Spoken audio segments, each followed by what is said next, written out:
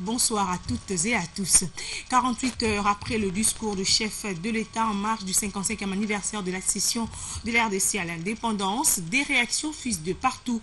Une certaine opinion pense que le discours du chef de l'État n'était pas explicite au sujet des questions politiques de l'heure. C'est le cas de Fumutoto de la troisième voie. Par contre, Franklin Chamala et Gaston Moussemena de la majorité présidentielle estiment que le chef de l'État a été interpellateur. Il a demandé aux Congolais de s'approprier le dialogue. Je vous propose de le suivre tour à tour au micro de Martin Moudimbika Penga et Moussa Sinda Kibushi. Si nous sommes pour le dialogue, parce que nous hésitons. Et pourquoi nous hésitons? Parce que le président de la République n'a jamais garanti la moralité politique et le respect à la parole donnée. Et pour preuve, les recommandations issues des concertations nationales et tout ce qu'il a donné comme garantie à l'opinion nationale et internationale. Où en sommes-nous aujourd'hui? Les comités nationaux de suivi des recommandations des concertations nationales qui a été mis en place par une ordonnance présidentielle. Nous en sommes où? Deuxième élément. Nous ne sommes pas en train de condamner le Congo dans l'imperfection de la dépendance vis-à-vis de la communauté internationale, la troisième voie. Nous ne disons pas non plus que la communauté internationale s'ingère au Congo parce que le Congo lui-même fait partie de la communauté internationale et a ratifié tous les accords et traités internationaux. Le chef de l'État également a interpellé. Les gens disent qu'il n'a pas assez parlé des consultations, il n'a pas assez parlé du dialogue, alors qu'il en a fait le point central de l'interpellation de la République.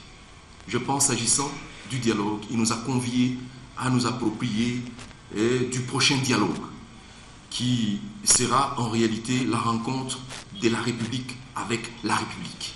Vous comprenez? Et ça a tout son sens. La République qui rencontre la République ne peut être représentée que par ses enfants, les enfants de la République.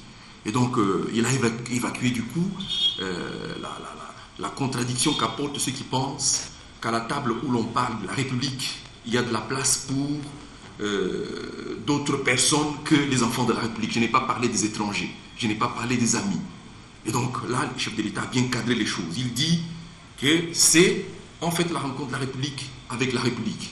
La République, ce n'est pas simplement nous les vivants, nous qui respirons, nous l'élite d'aujourd'hui. La République, c'est aussi les esprits éternels de nos héros qui ont été à Matadi et qui seront également là pour nous questionner sur les missions qui nous ont confiées, sur l'héritage qu'ils nous ont légué. Et nous rendrons compte à la République. Et les chefs, de conclure, de nous dire qu'en tout état de cause, qu'il faille parler de la République doit être, elle doit demeurer et figurer au centre de nos préoccupations tout le temps. La République démocratique du Congo a la chance d'avoir Joseph Kabila Kabange comme président de la République. Un homme qui est pragmatique et réaliste. Et dans son discours, il a rappelé la vertu des dialogues qui doit sous-tendre la recherche de solutions à toutes les préoccupations.